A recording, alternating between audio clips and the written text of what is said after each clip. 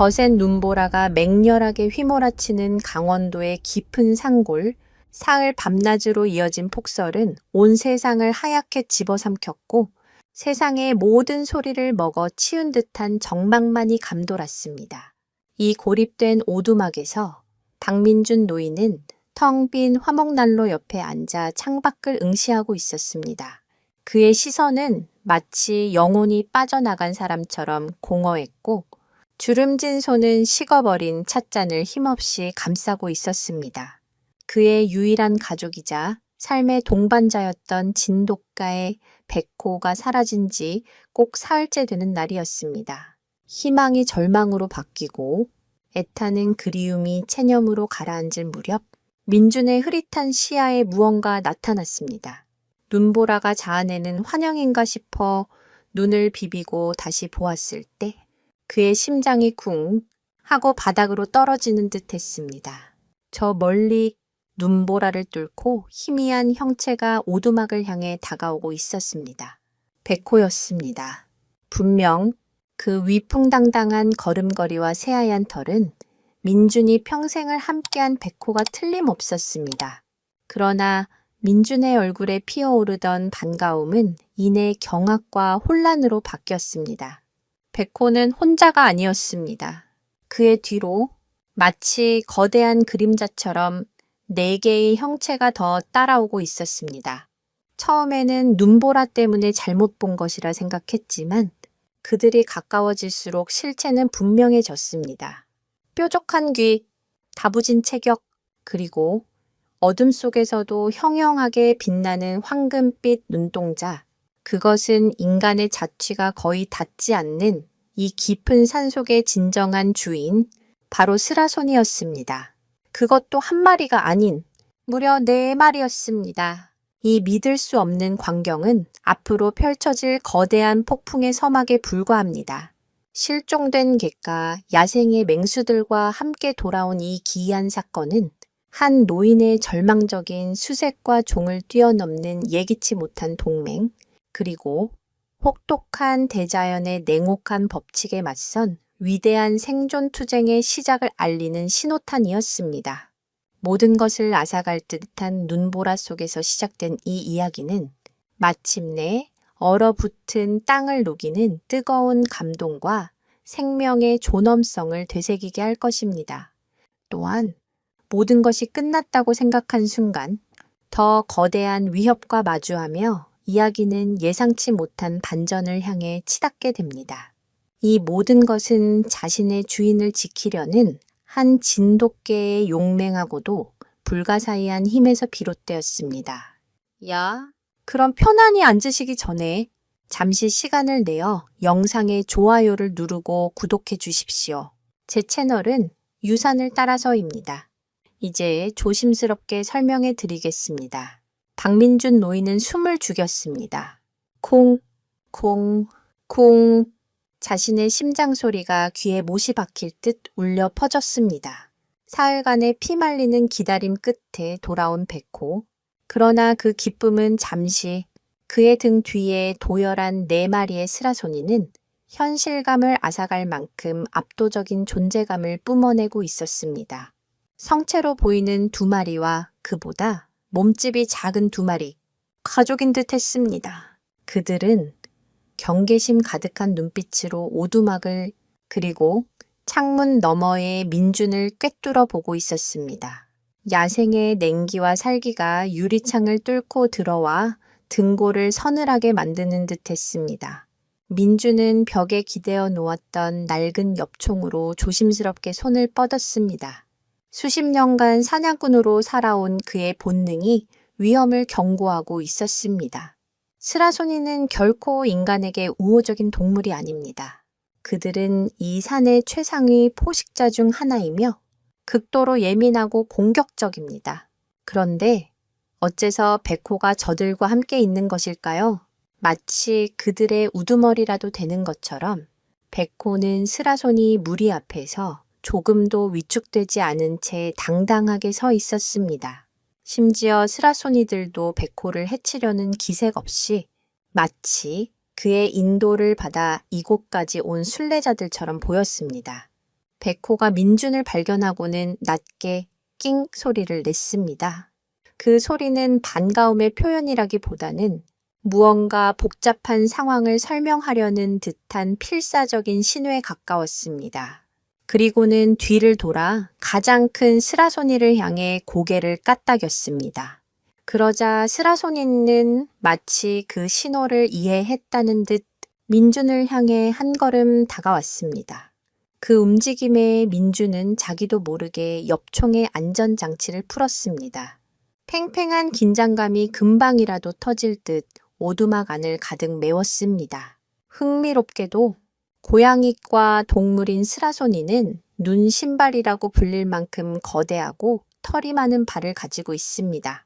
이는 체중을 분산시켜 깊은 눈에 빠지지 않고 사냥감을 추격할 수 있게 해주는 완벽한 진화의 산물입니다. 지금 민준의 눈앞에 있는 저 4마리의 스라소니 역시 그 거대한 발로 사흘간 쌓인 눈더미 위를 유령처럼 소리 없이 딛고 서 있었습니다. 하지만 그들의 고요함은 오히려 더 큰 위협으로 다가왔습니다. 백호는 다시 한번 민준을 향해 짖었습니다. 이번에는 좀 더 다급한 소리였습니다. 제발 총을 내리라는 듯한 애원의 몸짓과 함께 말입니다. 민준은 혼란스러웠습니다. 평생을 믿고 의지해온 자신의 개를 믿어야 할까? 아니면 수십 년의 사냥 경험이 속삭이는 위험의 본능을 따라야 할까? 스라소니의 황금빛 눈동자는 여전히 그를 향해 고정되어 있었습니다. 그 눈빛 속에는 경계심과 함께 설명할 수 없는 깊은 슬픔 같은 것이 어려 있는 듯 했습니다. 민준은 마른 침을 삼키며 엽총을 든 손에 힘을 주었습니다. 백호는 어째서 저 맹수들을 자신의 집 문 앞까지 데려온 것일까요? 저들은 과연 무엇을 원하는 것일까요? 눈보라는 더욱 거세지고 한 치 앞도 분간할 수 없는 백색의 세상 속에서 한 인간과 한 마리의 개, 그리고 4마리의 야생 맹수 사이의 기묘하고도 위험한 대치가 시작되고 있었습니다. 박민준 노인에게 백호는 단순한 개가 아니었습니다. 10여 년 전 아내와 사별하고 도시에서의 삶의 환멸을 느낀 그가 모든 것을 정리하고 이 깊은 산골로 들어왔을 때 유일하게 그의 곁을 지킨 것이 바로 갓 태어난 진돗개 강아지 백호였습니다. 백옥처럼 하얀 털과 늠름한 기상을 가졌다고 해서 붙여준 이름이었습니다. 민주는 백호를 자식처럼 때로는 유일한 친구처럼 여기며 모든 것을 함께 했습니다. 함께 산을 오르고 함께 냇가에서 물고기를 잡고 추운 겨울밤이면 같은 담요를 덮고 서로의 천의 의지에 잠이 들었습니다. 민준의 삶은 백호와 함께하는 시간으로 채워졌습니다. 그는 백회게 말을 걸었고 백호는 마치 다 알아듣는다는 듯 꼬리를 치거나 영리한 눈빛으로 그를 바라보았습니다. 아내가 좋아했던 오래된 트로트 가락을 흥얼거릴 때면 백호는 그의 무릎에 머리를 기대고 조용히 그 노래를 들어주곤 했습니다. 사람들은 민준을 보고 외롭지 않으냐고 물었지만 그는 한 번도 그렇다고 생각해 본 적이 없었습니다. 백호가 있었기 때문입니다. 백호의 존재는 고독한 노인의 삶을 지탱하는 가장 단단한 기둥이었습니다. 백호의 충성심과 영민함은 일반적인 진돗개를 뛰어넘는 수준이었습니다. 진돗개는 본래 주인을 섬기는 충성심이 지극하기로 유명하지만 백호는 그 이상이었습니다. 민준의 기분과 건강 상태를 귀신같이 알아차렸습니다. 민준의 무릎 관절이 쑤시는 날이면 백호는 온종일 그의 곁을 떠나지 않고 얌전히 엎드려 있었습니다. 그가 과거를 그리워하며 깊은 시름에 잠길 때면 백호는 축축한 코를 그의 손등에 비비며 위로를 건넸습니다. 한 번은 민준이 산에서 발을 헛디뎌 정신을 잃었을 때 백호는 맹렬하게 짖어 지나가던 등산객에게 도움을 요청했고 덕분에 민준은 목숨을 건질 수 있었습니다. 그날 이후로 민준은 백호를 하늘이 내려준 내 마지막 선물이라고 불렀습니다. 이들의 유대감은 언어를 초월한 교감으로 이루어져 있었습니다. 민주는 백호의 짖는 소리만 들어도 그가 무엇을 원하는지, 무엇을 경고하는지 알 수 있었습니다. 배고플 때의 소리, 산책 가고 싶을 때의 소리, 낯선 이의 접근을 알리는 소리, 그리고 위험을 감지했을 때의 소리는 모두 미묘하게 달랐습니다. 특히 백호는 야생동물의 기척을 감지하는 능력이 탁월했습니다. 멧돼지나 고라니가 오두막 근처에 나타나기 한참 전부터 백호는 낮은 경계음을 내며 민준에게 신호를 보냈습니다. 이런 이야기도 있습니다. 진돗개는 귀소 본능이 매우 뛰어나 멀리 떨어져 있어도 주인이 있는 집을 찾아오는 사례가 많습니다. 1993년 대전으로 팔려갔던 진돗개 백구가 7개월 만에 300km가 넘는 거리를 달려 원래 주인이 있던 진도로 돌아온 일화는 아주 유명합니다. 이는 진돗개가 단순히 길을 잘 찾는 것을 넘어 주인과의 깊은 정서적 연결, 즉 유대감을 통해 집을 감지한다는 것을 보여주는 대목입니다. 백회계도 민준의 오두막은 단순한 거처가 아닌 자신의 모든 것이 담긴 세상의 중심이었고 민준은 그 세상의 유일한 신이었습니다. 그들의 일상은 평화롭고 단조로웠습니다. 아침에 일어나 함께 숲길을 산책하고 민준이 텃밭을 가꾸는 동안 백호는 그 주변을 어슬렁거리며 경계를 섰습니다. 저녁이면 화목난로 앞에서 민준은 낡은 책을 읽고 백호는 그의 발치에서 평화롭게 잠이 들었습니다.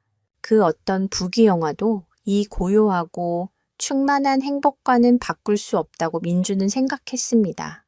이 평화가 영원할 것이라고 그는 굳게 믿었습니다. 하지만 그 평화로운 일상에 서서히 어두운 그림자가 드리우고 있었습니다. 그의 겨울은 유난히 혹독했고 산의 짐승들은 굶주려 있었습니다. 가끔 밤이 되면 오두막 근처에서 들려오는 짐승들의 울음소리가 예사롭지 않게 날카롭고 절박하게 들려왔습니다. 민주는 그저 혹독한 겨울 탓이려니 대수롭지 않게 여겼습니다. 그러나 백호는 달랐습니다. 백호는 이미 감지하고 있었을지도 모릅니다. 자신과 주인의 평화로운 세계를 위협하는 무언가가 눈보라와 함께 어둠 속에서 조용히 다가오고 있다는 사실을 말입니다. 어느 날 오후 민주는 백호가 며칠째 현관문만 하염없이 바라보며 미세하게 으르렁거리는 것을 발견했습니다. 털을 곤두선 채 그는 창밖의 텅 빈 숲을 향해 온 신경을 집중하고 있었습니다. 민주는 백호의 등을 쓰다듬으며 왜 그러니? 백호야? 아무것도 없는데라고 말했지만 백호의 경계는 풀리지 않았습니다.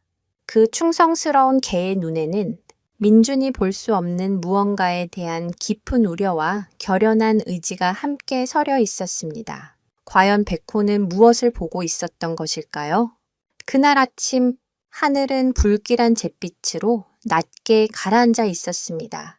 공기는 칼날처럼 차가웠고 바람은 소나무 숲을 울부짖으며 지나갔습니다. 민주는 아궁이에 장작을 더 밀어 넣으며 중얼거렸습니다. 아무래도 단단히 준비해야겠구나. 이런 날씨는 심상치가 않아. 수십 년을 산에서 살아온 그의 경험은 곧 닥쳐올 거대한 자연의 분노를 예감하고 있었습니다. 라디오에서는 연일 기록적인 한파와 폭설을 예보하고 있었지만 민준이 피부로 느끼는 위기는 그 이상이었습니다. 백호는 그날따라 유난히 안절부절 못했습니다. 평소 같으면 민준의 곁을 맴돌며 아침 산책을 재촉했을 테지만 녀석은 마당과 오두막을 쉴 새 없이 오가며 코를 킁킁거리고 땅을 파헤치는 등 이상 행동을 보였습니다. 특히 녀석의 시선은 계속해서 오두막 뒤편의 깊고 어두운 삼나무 숲을 향해 있었습니다. 그곳은 햇빛조차 제대로 들지 않아 대낮에도 음침한 기운이 감도는 곳으로 민준조차 웬만해서는 잘 들어가지 않는 곳이었습니다. 민준은 불안해하는 백호를 진정시키려 애썼습니다. 백호야, 이리 오너라. 곧 눈이 쏟아질 게다. 하지만 백호는 그의 말을 듣는 둥, 마는 둥, 온 신경을 숲 너머에 무언가에 집중하고 있었습니다. 목덜미에 털을 바짝 세운 채 백호는 낮은 경고성 으르렁거림을 멈추지 않았습니다. 그것은 멧돼지나 고라니 같은 익숙한 짐승을 향한 경계심과는 차원이 다른 훨씬 더 근원적이고 강력한 위협을 감지한 맹수의 본능적인 반응이었습니다. 동물들은 인간이 감지하지 못하는 자연의 미세한 변화를 감지하는 능력이 있습니다. 지진이 일어나기 전 쥐들이 대이동을 하거나 쓰나미가 닥치기 전 코끼리들이 고지대로 피하는 것처럼 말입니다. 이는 동물들이 지구의 자기장 변화나 초저주파를 감지할 수 있기 때문이라는 가설이 있습니다. 아마 백호 역시 다가오는 눈보라뿐만 아니라 그 폭풍의 장막 뒤에 숨어 자신들의 영역을 위협하는 또 다른 존재의 기척을 느끼고 있었을 것입니다. 오후가 되자 예고대로 하늘에서 눈이 내리기 시작했습니다. 처음에는 솜털 같은 눈송이가 흩날리는 수준이었지만 시간이 지날수록 눈발은 급격히 굵어지고 바람은 더욱 사나워졌습니다. 순식간에 세상은 온통 하얗게 변했고 치 앞을 분간하기 어려울 정도의 눈보라가 휘몰아쳤습니다. 민주는 서둘러 창문에 덧문을 대고 월동 준비를 위해 쌓아두었던 장작을 현관 안으로 옮겼습니다. 그때였습니다. 백호가 갑자기 현관문을 향해 맹렬하게 짖기 시작했습니다. 그 소리는 단순한 경고가 아니었습니다. 마치 보이지 않는 적과 사투를 벌이는 듯한 절박하고도 분노에 찬 외침이었습니다. 민준이 놀라 돌아보자 백호는 문을 앞발로 긁으며 당장이라도 뛰쳐나갈 기세였습니다.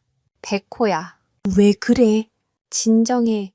민준이 소리쳤지만 백호의 흥분은 가라앉지 않았습니다. 순간 바람 소리를 찢고 날카로운 무언가가 스치는 소리가 지붕 위에서 들려왔습니다. 스으 하는 마치 거대한 발톱이 함석 지붕을 긁는 듯한 소름 끼치는 소리였습니다. 민준과 백호는 동시에 천장을 올려다보았습니다. 오두막 안의 공기가 순간 얼어붙었습니다.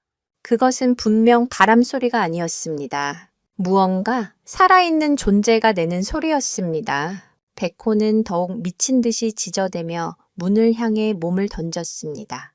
그 기세에 낡은 나무 문고리가 덜컹거리며 위태롭게 흔들렸습니다. 민주는 백호의 목줄을 잡아챘지만 백호의 힘은 상상을 초월했습니다. 주인을 지켜야 한다는 일념, 그리고 자신의 영역을 침범한 정체 모를 위협을 몰아내야 한다는 본능이 폭발하고 있었습니다. 민주는 직감했습니다. 이것은 단순한 겨울 폭풍이 아니라는 것을. 이 눈보라는 무언가를 숨기고 있고 그 무언가는 지금 자신의 집을, 자신의 생존을 위협하고 있다는 것을. 백호의 광적인 반응은 그 위협의 실체가 상상 이상으로 위험하다는 증거였습니다. 눈보라는 점점 더 거세지며 포효했고 오두막은 마치 거대한 맹수의 입속에 갇힌 작은 먹잇감처럼 위태롭게 흔들리고 있었습니다. 백호는 여전히 문을 향해 으르렁거렸고 그의 눈은 이제 단순히 숲이 아닌 오두막 지붕 위 어딘가를 정확히 노려보고 있었습니다. 과연 그곳에는 무엇이 있었을까요? 안 돼!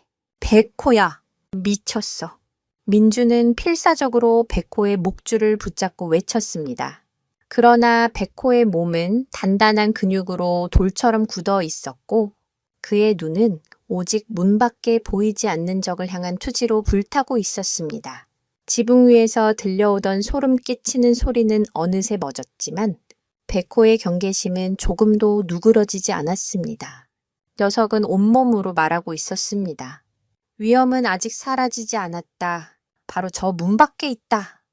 민주는 백호를 안으로 끌어들이려 안간힘을 썼지만 백호의 저항은 완강했습니다. 그 순간 민준이 잠시 힘을 빼는 틈을 타 백호가 그의 소나귀에서 목줄을 뿌리치고 말았습니다. 그리고는 망설임 없이 맹수처럼 몸을 날려 낡은 나무 무늬 빗장을 머리로 들이받았습니다. 쾅! 하는 굉음과 함께 사글대로 삭은 빗장이 부서져 나갔고 문이 활짝 열렸습니다. 엄청난 눈보라가 칼날처럼 오두막 안으로 휘몰아쳐 들어왔습니다. 민주는 순간적으로 눈을 감았고 다시 떴을 때 백호는 이미 하얀 눈보라 속으로 사라진 뒤였습니다. 백호야, 이 녀석아, 돌아와. 민준의 절규는 포효하는 바람 소리에 묻혀 흔적도 없이 흩어졌습니다. 그는 황급히 문 밖으로 뛰쳐나갔지만 보이는 것이라고는 미친 듯이 춤추는 눈발과 사방을 뒤덮은 순백의 절망뿐이었습니다. 백호의 모습은 물론 발자국조차 순식간에 눈에 덮여 사라지고 있었습니다. 민주는 넋이 나간 채 그 자리에 서 있었습니다. 자신의 일부가, 아니, 자신의 전부가 통째로 떨어져 나간 듯한 상실감이 온몸을 덮쳤습니다. 왜 그랬을까? 백호는 왜 그토록 필사적으로 밖으로 뛰쳐나갔을까? 지붕 위에 그 소름 끼치는 소리는 대체 무엇이었을까? 수많은 의문이 머릿속을 헤집었지만 지금은 그런 것을 생각할 때가 아니었습니다. 이대로 백호를 잃을 수는 없었습니다. 그는 서둘러 오두막으로 돌아가 두꺼운 방한복을 껴입고 손전등과 낡은 엽총을 챙겨 들었습니다. 백호야, 기다려라. 내가 간다. 그는 스스로에게 다짐하듯 외치며 다시 눈보라 속으로 뛰어들었습니다. 그러나 자연의 위력 앞에서 인간은 너무나도 무력한 존재였습니다. 바람은 그의 몸을 가누지 못할 정도로 거대게 밀어붙였고 눈은 쉴 새 없이 그의 얼굴을 때렸습니다. 시야는 불과 몇 미터 앞도 분간하기 어려웠습니다. 그는 목이 터져라 백호의 이름을 불렀습니다. 백호야, 백호야. 대답은 없었습니다. 오직 자신을 비웃는 듯한 바람 소리만이 귓전을 맴돌 뿐이었습니다. 그는 백호가 달려나간 방향으로 무작정 걸음을 옮겼습니다. 발은 무릎까지 푹푹 빠졌고 숨은 턱까지 차올랐습니다. 천은 급격히 떨어지고 손발의 감각이 무뎌지기 시작했습니다. 사실 진돗개들은 매우 영리해서 자신의 영역과 한계를 명확히 인지합니다. 특히 백호처럼 경험 많은 개가 이런 악천 후에 무모하게 주인의 곁을 떠나는 것은 지극히 이례적인 일입니다. 이는 백호가 감지한 위협이 자신의 목숨을 걸고서라도 주인을 그리고 자신의 영역을 지켜야만 하는 절체절명의 위기였음을 의미합니다. 그것은 단순한 야생동물의 침입을 넘어선 무언가 근본적인 생존의 법칙을 뒤흔드는 사건이었을 것입니다. 얼마나 헤맸을까? 민주는 더 이상 자신이 어디에 있는지도 알 수 없게 되었습니다. 체력은 바닥났고 절망감만이 온몸을 짓눌렀습니다. 그는 눈밭에 털썩 주저앉았습니다. 하얀 눈 위로 뜨거운 눈물이 뚝뚝 떨어졌습니다. 그가 평생을 의지했던 그의 유일한 가족이었던 백호, 그 백호를 자신의 손으로 지켜주지 못했다는 죄책감과 슬픔이 심장을 후벼 팠습니다. 그 순간 그의 귓가에 희미하게 무언가 들려왔습니다. 크르릉 하는 짐승의 낮은 울음소리. 민주는 반사적으로 고개를 들고 소리가 들려온 쪽을 응시했습니다. 희망이 솟구쳤습니다. 백호일까? 하지만 그 소리는 백호의 소리와는 어딘가 달랐습니다. 훨씬 더 낮고 위협적이었습니다. 그리고 그 소리는 하나가 아니었습니다. 여러 마리의 짐승들이 내는 소리가 눈보라 속에서 뒤섞여 들려왔습니다. 민주는 공포에 휩싸였습니다. 이 눈보라 속에 있는 것이 자신과 백호뿐만이 아니라는 사실을 깨달았습니다. 백호가 뛰쳐나간 이유, 그 보이지 않던 위협의 실체가 바로 저 어둠 속에 도사리고 있었습니다. 민주는 떨리는 손으로 엽총을 고쳐 잡았습니다. 백호를 찾아야 한다는 생각과 자신 역시 위험에 처했다는 공포가 그의 머릿속에서 격렬하게 충돌했습니다. 그는 몸을 일으켜 세웠습니다. 과연 저 눈보라 너머에서는 무슨 일이 벌어지고 있는 것일까요? 백호는 무사한 것일까요? 그리고 그를 기다리고 있는 것은 과연 무엇일까요? 첫 번째 날의 밤은 지옥과도 같았습니다. 민주는 결국 백호를 찾지 못한 채 거의 기진맥진한 상태로 오두막에 돌아와야 했습니다. 온몸은 얼어붙었고 마음은 산산조각이 났습니다. 그는 텅 빈 백호의 잠자리를 보며 하염없이 눈물을 흘렸습니다. 백호가 없는 오두막은 더 이상 집이 아니었습니다. 그저 추위와 고독을 피하는 삭막한 동굴에 불과했습니다. 날이 밝았지만 눈보라는 그칠 기미를 보이지 않았습니다. 오히려 밤사이에 더욱 거세져 이제는 문을 여는 것조차 힘겨울 정도로 눈이 쌓여 있었습니다. 하지만 민주는 포기할 수 없었습니다. 그는 다시 중무장을 하고 밖으로 나섰습니다. 어제보다 더 두꺼운 옷을 껴입고 비상식량으로 육포 몇 조각과 뜨거운 물을 담은 보온병을 챙겼습니다. 백호야, 내 목소리 들리니? 그의 외침은 여전히 공허한 메아리가 되어 돌아올 뿐이었습니다. 시야는 여전히 확보되지 않았고 방향 감각을 유지하는 것조차 기적이었습니다. 그는 어제 자신이 들었던 짐승의 울음소리가 들렸던 곳을 향해 나아가려 했지만 밤새 내린 눈은 모든 흔적을 지워버렸고 지형마저 바꾸어 놓았습니다. 그는 완전히 고립된 설원의 미뢰에 갇힌 신세였습니다. 그는 무작정 걷고 또 걸었습니다. 백호와의 추억이 깃든 곳들을 하나하나 짚어가며 그의 이름을 불렀습니다. 처음 백호를 데려왔던 날 함께 넘었던 작은 언덕, 여름이면 같이 멱을 감던 계곡, 가을이면 도토리를 줍던 참나무 숲, 그러나 그 모든 곳은 지금 하얀 눈 아래 침묵하고 있을 뿐이었습니다. 시간이 흐를수록 절망은 민준의 정신을 좀먹기 시작했습니다. 어쩌면 백호는 이미 그는 차마 그 끔찍한 상상을 끝까지 이어갈 수 없었습니다. 그는 고개를 저으며 부정적인 생각들을 몰아내려 애썼습니다. 아니야, 백호는 강한 녀석이야. 분명 살아있을 거야. 하지만 혹한의 추위는 그의 희망마저 얼려버릴 듯 혹독했습니다. 대부분의 동물들은 혹한기에 생존하기 위해 동면을 하거나 활동을 최소화합니다. 하지만 늑대나 스라소니 같은 포식자들은 오히려 이 시기를 사냥의 적기로 삼기도 합니다. 눈 때문에 움직임이 둔해진 먹잇감을 사냥하기가 더 수월하기 때문입니다. 백호가 만약 이런 굶주린 맹수들과 마주쳤다면 아무리 용맹한 진돗개라 할지라도 혼자서는 당해내기 어려웠을 것입니다. 민주는 체력이 한계에 다다를 때쯤 잠시 눈을 피할 수 있는 커다란 바위 아래로 몸을 피했습니다. 그는 보온병의 뜨거운 물로 언손을 녹이며 잠시 숨을 골랐습니다. 바로 그때 그의 눈에 무언가 들어왔습니다. 바위 틈에 끼어있는 희끗희끗한 무언가. 처음에는 그저 나뭇가지에 걸린 짐승의 털이려니 생각했지만 가까이 다가가 확인한 순간 그는 숨을 멈췄습니다. 그것은 분명 백호의 털이었습니다. 민주는 수없이 쓰다듬었던 그 부드러운 감촉을 잊을 리 없었습니다. 그는 미친 듯이 주변을 살피기 시작했습니다. 희망이 다시 솟아올랐습니다. 백호가 이곳에 있었다. 하지만 기쁨도 잠시. 그는 더 불길한 흔적들을 발견하게 되었습니다. 눈 위에 어지럽게 찍힌 여러 종류의 발자국들, 그 중에는 백호의 것으로 보이는 발자국도 있었지만 훨씬 더 크고 날카로운 발톱 자국이 선명한 다른 맹수의 발자국도 섞여 있었습니다. 그리고 눈 위에 흩뿌려진 검붉은 핏자국들, 마치 이곳에서 격렬한 싸움이 벌어졌던 것처럼 눈은 파헤쳐지고 주변의 작은 나뭇가지들은 부러져 있었습니다.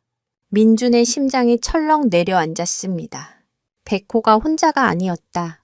그는 무언가와 싸웠던 것입니다. 그는 떨리는 손으로 눈 위에 흩어진 털들을 주워 모았습니다.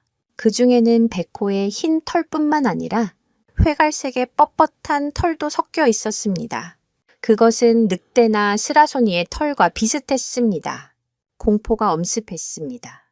백호가 굶주린 맹수의 습격을 받은 것일까? 이 핏자국은 백호의 것일까? 그렇다면 백호는 지금 어디에 있는 것일까? 살아있기는 한 걸까? 최악의 시나리오들이 그의 머릿속을 스쳐 지나갔습니다. 그는 이 자리에 주저앉아 울부짖고 싶었지만 그럴 수 없었습니다. 어떻게든 진실을 확인해야만 했습니다. 그는 핏자국과 발자국이 이어진 방향을 따라 비틀거리며 발걸음을 옮기기 시작했습니다. 그 길의 끝에 무엇이 기다리고 있을지 모르는 채 그는 아들과도 같았던 충견의 흔적을 쫓아 다시 한번 절망적인 눈보라 속으로 몸을 던졌습니다. 핏자국은 길게 이어지지 못하고 이내 새로 내린 눈에 덮여 희미해졌습니다. 민주는 무릎을 꿇고 손으로 눈을 파헤치며 어떻게든 흔적을 더 찾아보려 했지만 거센 눈보라는 그의 마지막 희망마저 무심하게 지워버리고 있었습니다. 그는 허탈하게 눈밭에 주저앉았습니다. 이제 백호가 살아있을 거라는 믿음마저 사그라들고 있었습니다. 그 격렬했던 싸움의 흔적, 그리고 정체를 알 수 없는 맹수의 털, 백호가 혼자서 여러 마리의 맹수를 당해낼 수는 없었을 것입니다. 그는 백호가 자신을 지키기 위해 눈보라 속으로 뛰어들었다는 사실을 깨달았습니다. 그날 밤 지붕 위에서 들렸던 소리의 정체는 분명 백호가 경계하던 그 맹수들이었을 겁니다. 녀석들은 오두막을 습격하려 했고 백호는 그들을 밖으로 유인해 자신과 싸우게 함으로써 주인을 지켰던 것입니다. 그 사실을 깨닫자 민준의 가슴은 미어지는 듯한 슬픔과 죄책감으로 가득 찼습니다. 자신이 좀 더 주의를 기울였다면, 백호를 혼자 내보내지 않았다면 이런 일은 없었을지도 모릅니다. 미안하다. 백호야! 내가 미안하다. 노인의 흐느낌은 눈보라 속에 파묻혔습니다. 그는 한참을 그렇게 앉아 있다가 이대로는 안 된다는 생각에 억지로 몸을 일으켰습니다. 시신이라도 찾아야겠습니다. 그를 혼자 이 차가운 눈밭에 둘 수는 없었습니다. 그는 싸움의 흔적이 있던 곳 주변을 이잡듯 뒤지기 시작했습니다. 눈을 파헤치고 바위 틈을 살피고 쓰러진 나무 밑까지 확인했습니다. 수색을 계속하던 중 그는 또 다른 단서를 발견했습니다. 싸움이 벌어졌던 곳에서 조금 떨어진 바람이 덜 닿는 절벽 아래였습니다. 그곳에는 비교적 눈이 덜 쌓여 있었는데 작은 동굴처럼 움푹 파인 공간이 있었습니다. 그리고 그 입구에서 그는 이전에 발견했던 것과는 다른 종류의 흔적을 발견했습니다. 그것은 회갈색 털 뭉치였습니다. 그런데 이상한 점은 그 털 뭉치가 매우 부드럽고 솜털에 가까웠다는 것입니다. 성체 맹수의 털이라고 하기에는 너무나 연약해 보였습니다.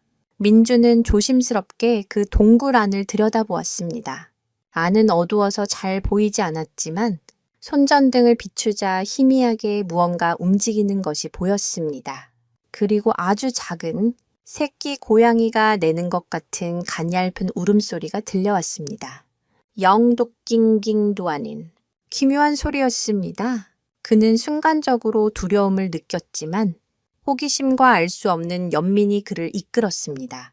어미가 있을지도 모른다는 생각에 주변을 경계하며 조심스럽게 동굴 안으로 다가갔습니다.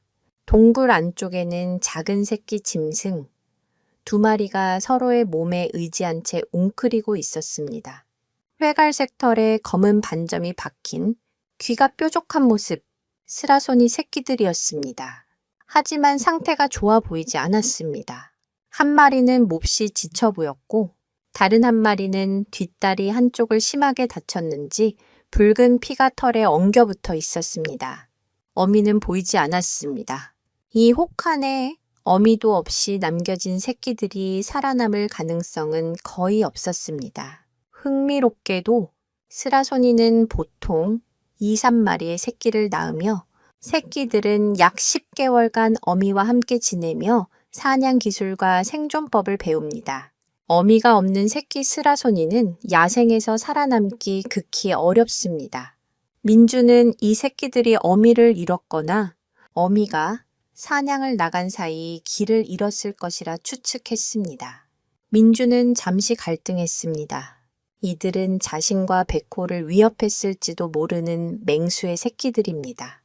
하지만 눈앞의 작은 생명들은 그저 춥고 굶주리고 다친 연약한 존재일 뿐이었습니다.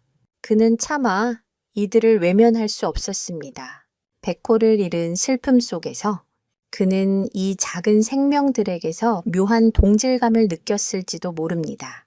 하지만 그는 새끼들을 섣불리 건드릴 수 없었습니다. 어미가 돌아와 자신을 공격할 수도 있기 때문입니다. 그는 일단 동굴에서 물러나 멀리서 상황을 지켜보기로 했습니다. 혹시 어미가 돌아온다면 백호의 행방에 대한 단서를 얻을 수 있을지도 모른다는 작은 희망도 품었습니다. 그러나 시간이 흘러도 어미 스라소니는 나타나지 않았습니다. 눈보라는 점점 더 거세지고 새끼들의 울음소리는 점점 더 약해져만 갔습니다. 민주는 이제 결정을 내려야만 했습니다. 이 작은 생명들을 이대로 죽게 내버려 둘 것인가? 아니면 위험을 무릅쓰고 그들을 도울 것인가? 그리고 이 스라소니 새끼들은 백호의 실종과 과연 어떤 관련이 있는 것일까요? 그가 발견했던 싸움의 흔적은 어쩌면 백호가 이 새끼들을 지키기 위해 다른 무언가와 싸운 흔적은 아니었을까요? 의문은 꼬리에 꼬리를 물고 이어졌습니다. 결국 민주는 스라소니 새끼들을 그곳에 두고 오두막으로 돌아왔습니다.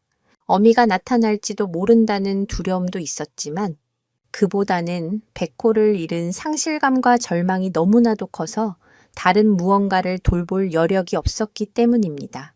오두막으로 돌아오는 길은 천근만은 무거웠습니다.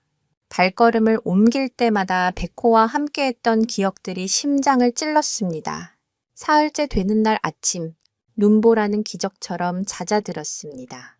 하지만 민준의 마음속 폭풍은 더욱 거세게 휘몰아쳤습니다. 창밖으로 보이는 세상은 눈부시게 하얀 설국이었지만 그의 눈에는 온통 잿빛으로 보일 뿐이었습니다. 모든 희망이 사라졌습니다. 백호는 돌아오지 않을 것입니다. 그 혹독한 눈보라 속에서 굶주린 맹수들과 싸우다 목숨을 잃었을 것이 분명했습니다. 민주는 식음을 전폐했습니다. 그저 멍하니 의자에 앉아 텅 빈 백호의 잠자리를 바라볼 뿐이었습니다. 물건들은 그대로인데 온기를 나누던 존재만 사라졌다는 사실이 그를 미치게 만들었습니다. 백호의 밥그릇, 녀석이 물고 놀던 낡은 공, 현관에 걸린 달아빠진 목줄. 그 모든 것이 민준에게는 견딜 수 없는 고통이었습니다. 그는 문득 자신이 왜 이곳에 와서 살고 있는지 회의감이 들었습니다. 도시를 떠나 자연 속에서 평화로운 여생을 보내고 싶었던 것이 아니었던가? 하지만 그 평화는 백호가 있었기에 가능했던 것이었습니다. 이제 백호가 없으니 이 깊은 산골의 오두막은 평화로운 안식처가 아니라 그를 고립시키고 짓누르는 거대한 감옥일 뿐이었습니다. 그는 과거를 회상했습니다. 아내를 먼저 떠나보냈을 때도 지금과 같은 절망감을 느꼈었습니다. 세상이 무너지는 듯했고 다시는 웃을 수 없을 것 같았습니다. 하지만 그때 그의 곁으로 어린 백호가 왔습니다.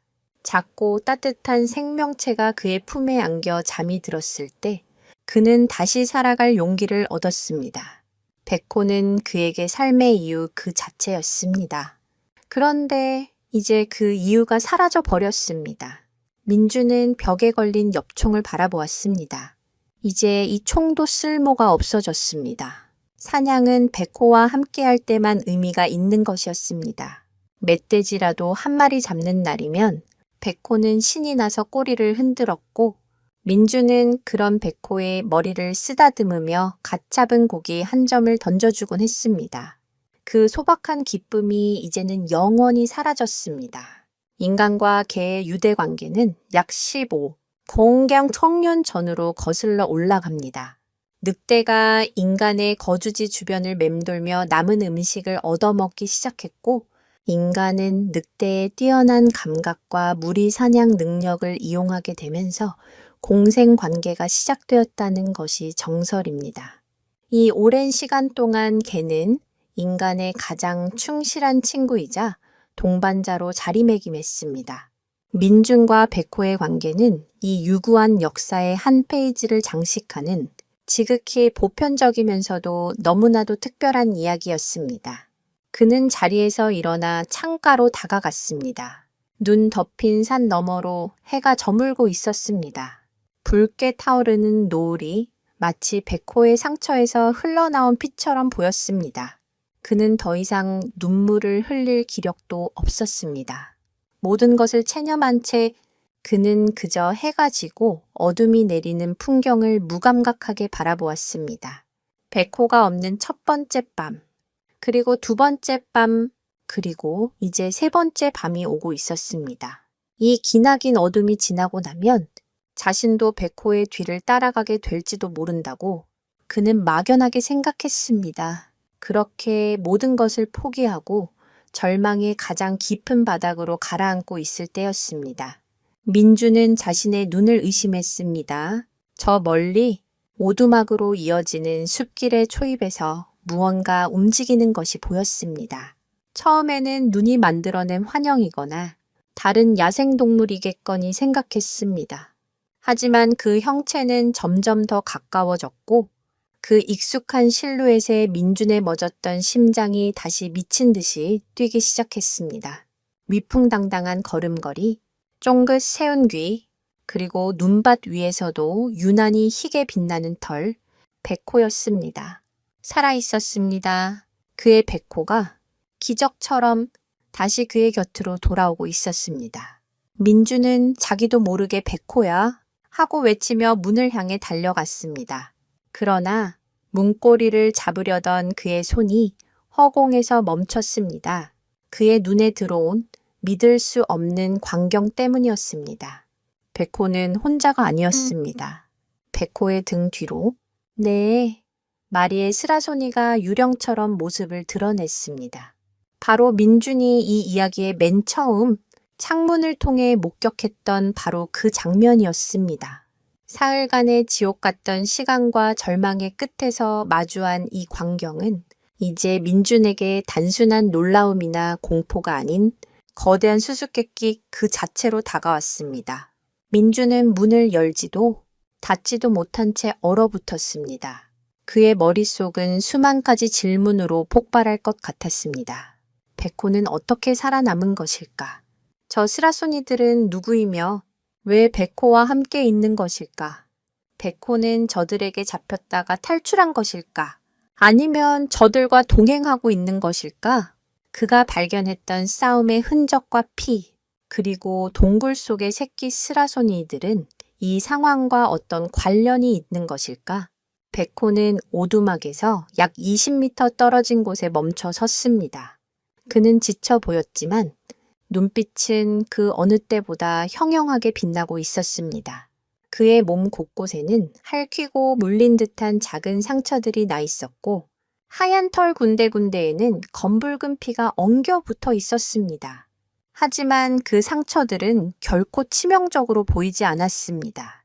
오히려 수많은 전투를 치르고 돌아온 노련한 장수처럼 그의 모습에서는 위험마저 느껴졌습니다. 백호의 뒤를 따르던 스라소니들도 그와 함께 멈춰 섰습니다. 민주는 이제 그들을 좀 더 자세히 볼 수 있었습니다. 두 마리는 확실히 다 자란 성체였고 나머지 두 마리는 그보다 몸집이 작은 어린 개체였습니다. 그런데 그중 한 마리가 다리를 심하게 절뚝이고 있었습니다. 민주는 직감했습니다. 저들이 바로 자신이 동굴에서 봤던 그 새끼 스라소니들이라는 것을. 그렇다면 저 성체들은 그 새끼들의 부모일 것입니다. 백호가 민준을 향해 낮게 짖었습니다. 그 소리에는 안도감과 반가움, 그리고 무언가를 설명하려는 듯한 간절함이 뒤섞여 있었습니다. 그는 고개를 돌려 스라소니 가족을 한번 쳐다본 뒤 다시 민준을 바라보며 꼬리를 아주 천천히 조심스럽게 흔들었습니다. 마치 주인님, 저들은 적이 아닙니다. 제발 오해하지 마세요. 하라고 말하는 것 같았습니다. 어미로 보이는 암컷 스라소니가 앞으로 나섰습니다. 그녀의 황금빛 눈동자는 민준을 똑바로 응시하고 있었지만 그 눈빛에는 조금의 적이도 담겨 있지 않았습니다. 오히려 그 눈에는 깊은 슬픔과 함께 일종의 간청과도 같은 감정이 어려 있었습니다. 마치 자신의 가장 소중한 것을 걸고 무언가를 부탁하러 온 사신처럼 보였습니다. 이 기묘한 상황 속에서 민주는 한 가지 흥미로운 사실을 떠올렸습니다. 야생 동물들 사이에서는 때때로 종을 뛰어넘는 협력이나 공생관계가 관찰되곤 합니다. 예를 들어 코요테와 오소리가 함께 땅 다람쥐를 사냥하는 경우가 있습니다. 코요테가 위에서 추격하면 땅 다람쥐는 굴로 숨고 그때 굴파기의 명수인 오소리가 땅 다람쥐를 몰아내는 방식입니다. 하지만 개와 스라소니처럼 영역 다툼을 벌이는 것이 일반적인 포식자들 사이에서 이런 동맹 관계가 형성되는 것은 극히 드문 일이었습니다. 백호는 대체 지난 사흘 동안 이들과 함께 무엇을 겪었던 것일까요? 민준이 발견했던 그 치열한 싸움의 흔적은 어쩌면 백호와 스라손이 가족이 힘을 합쳐 공동의 적과 싸운 흔적이 아니었을까? 그렇다면 그 공동의 적은 대체 무엇이었을까? 민준은 여전히 총을 손에서 놓지 못했지만 방가쇠에 걸었던 손가락의 힘은 조금 풀려 있었습니다. 그는 백호를 믿었습니다. 평생을 함께한 자신에게는 결코 자신을 위험에 빠뜨릴 리 없었습니다. 백호가 저들을 이곳까지 데려온 데에는 분명 그럴 만한 이유가 있을 것이었습니다. 백호는 다시 한번 이번에는 조금 더 힘주어 짖었습니다. 그리고는 스라손이 가족을 이끌고 아주 천천히 한 걸음 한 걸음 오두막을 향해 다가오기 시작했습니다. 그들의 발걸음은 위협적이지 않았습니다. 오히려 항복을 선언하는 패잔병처럼 혹은 자비를 구하는 순례자처럼 그들의 모든 움직임에는 절박함이 묻어 있었습니다. 민주는 마른 침을 삼켰습니다. 그의 눈앞에서 인간 세상의 상식으로는 도저히 이해할 수 없는 일이 벌어지고 있었습니다. 그의 충성스러운 진돗개는 이제 단순한 반려견이 아니었습니다. 그는 인간과 야생의 경계에 서서 두 세계를 잇는 위대한 중재자의 역할을 하고 있었습니다. 과연 민주는 백호의 뜻을 받아들여 저 야생의 손님들을 맞이할 수 있을까요? 그리고 그 선택은 과연 어떤 결과를 불러오게 될까요? 모든 것의 열쇠는 이제 민준의 손에 달려 있었습니다. 민준은 여전히 문틈으로 그들을 지켜보며 섣불리 움직이지 않았습니다. 수십 년간 사냥꾼으로 살아온 경험이 그의 몸에 깊이 새긴 본능은 경계하라고 외치고 있었습니다. 스라소니는 결코 길들여질 수 있는 동물이 아니며 예측 불가능한 야성의 화신이었습니다. 특히 새끼를 데리고 있는 어미는 세상에서 가장 위험한 존재 중 하나였습니다. 그런데 지금 그 위험한 존재가 자신의 집 문턱까지 다가오고 있었습니다. 백호와 스라손이 무리는 오두막 앞 민준의 손길이 닿을 듯한 거리에서 다시 멈춰 섰습니다. 팽팽한 긴장감이 흘렀습니다. 시간은 느리게 가는 듯 했고 들리는 것이라고는 모두의 거친 숨소리와 바람이 나뭇가지를 스치는 소리뿐이었습니다. 민주는 스라소니들의 눈을 하나하나 마주 보았습니다.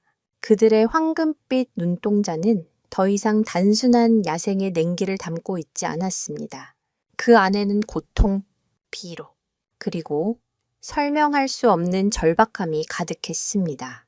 가장 앞에 서 있던 수컷 스라소니는 몸집이 거대하고 늠름했지만 그의 옆구리에는 길고 깊은 상처가 나 있었습니다. 피는 멎었지만 상처 주위의 털은 엉겨붙어 흉측한 모습이었습니다. 어미 스라소니는 계속해서 다리를 저는 새끼의 등을 핥아주고 있었는데 그 모습은 맹수의 어미라기보다는 그저 자식의 고통을 안타까워하는 세상 모든 어머니의 모습과 다르지 않았습니다. 백호는 민준과 스라손이 가족 사이를 오가며 안절부절 못했습니다. 그는 민준을 향해 꼬리를 내리고 복종의 자세를 취하다가도 스라손이 가족을 향해서는 안심하라는 듯 부드러운 낑낑거림을 냈습니다. 마치 서툰 통역사처럼 양쪽의 언어를 모두 사용해 이 위태로운 평화를 유지하려 애쓰는 듯 보였습니다. 민주는 깨달았습니다. 이것은 위협이나 침입이 아니었습니다. 이것은 구조 요청이었습니다. 저들은 지금 백호를 통해 자신에게 도움을 청하고 있는 것이었습니다. 하지만 어떻게 야생의 맹수가 인간에게 도움을 청할 수 있단 말인가? 상식적으로 불가능한 일이었습니다. 이때 민준의 뇌리에 한 가지 가설이 스쳐 지나갔습니다. 동물의 자기 가축화 셀프 도메스티케이션이라는 개념입니다. 이는 특정 동물 종이 생존에 유리한 환경을 찾아 인간에게 의도적으로 접근하면서 세대를 거쳐 공격성이 줄어들고 사회성이 발달하는 방향으로 진화했다는 이론입니다. 개나 고양이의 가축화 과정을 설명하는 유력한 가설 중 하나입니다. 지금 눈앞에 스라손이 가족이 보여주는 행동은 마치 이 이론의 극적인 사례를 실시간으로 목격하는 듯한 기묘한 느낌을 주었습니다. 절박한 상황이 그들의 야생성을 억누르고 종의 벽을 넘어 도움을 청하는 지성을 발현시킨 것일지도 모릅니다. 민주는 아주 천천히 옆총의 총구를 아래로 내렸습니다. 그의 작은 움직임에 스라소니들이 순간적으로 긴장했지만 백호가 그들 앞을 막아서며 낮게 으르렁거리자 이내 다시 잠잠해졌습니다. 백호는 민준의 행동이 위협이 아님을 그들에게 알려주고 있는 듯 했습니다. 민준은 결심했습니다. 백호를 믿기로, 그리고 자신의 눈앞에 펼쳐진 이 불가사의한 생명의 외침에 귀를 기울여 보기로 그는 총을 문 옆에 조심스럽게 내려놓았습니다. 그리고는 두 손을 들어 자신이 비무장 상태임을 보여주었습니다. 괜찮다. 괜찮아. 민주는 부드러운 목소리로 그들을 안심시키려 노력하며 아주 천천히 문을 열고 밖으로 한 걸음 나섰습니다. 차가운 겨울 공기가 그의 폐부 깊숙이 파고들었습니다. 이제 그와 맹수들 사이를 가로막는 것은 아무것도 없었습니다. 수컷 스라소니가 경계하며 송곳니를 살짝 드러냈지만 백호가 그의 앞을 가로막고 민준을 향해 꼬리를 한번 탁 쳤습니다. 신뢰의 표시였습니다. 민준은 스라소니 가족에게서 시선을 떼지 않은 채 천천히 몸을 낮추었습니다. 자신을 위협적으로 보이지 않게 하려는 행동이었습니다. 그는 다리를 절고 있는 새끼 스라소니를 바라보았습니다. 녀석의 눈에는 고통과 두려움이 가득했습니다. 그 작은 생명의 눈을 바라보는 순간 민준의 마음속에 남아있던 마지막 두려움과 의심이 눈 녹듯 사라졌습니다. 이제 기묘한 대치는 끝났습니다. 그러나 이것은 또 다른 시작이었습니다. 인간과 맹수, 서로 다른 세계에 속한 존재들이 서로를 마주하고 섰습니다. 과연 이 기적적인 만남은 상처 입은 야생의 가족에게 구원이 될 수 있을까요? 그리고 민주는 이 위험한 손님들을 받아들임으로써 어떤 운명을 맞이하게 될까요? 오두막 앞 설원 위에서 누구도 예상치 못했던 이야기가 막 시작되려 하고 있었습니다. 민주는 웅크린 자세 그대로 다친 새끼 스라소니를 향해 손을 천천히 뻗었습니다. 어미 스라소니가 즉각적으로 반응했습니다. 목덜미 털을 곤두쓰고 칵 하는 위협적인 소리를 냈습니다. 민주는 즉시 손을 멈추고 움직이지 않았습니다. 섣부른 행동 하나가 이 아슬아슬한 신뢰를 깨뜨릴 수 있다는 것을 잘 알고 있었습니다. 바로 그때 백호가 놀라운 행동을 했습니다.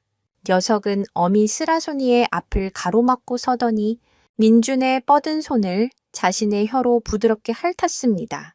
그리고는 다시 어미를 돌아보며 안심하라는 듯 고개를 두어 번 까딱였습니다.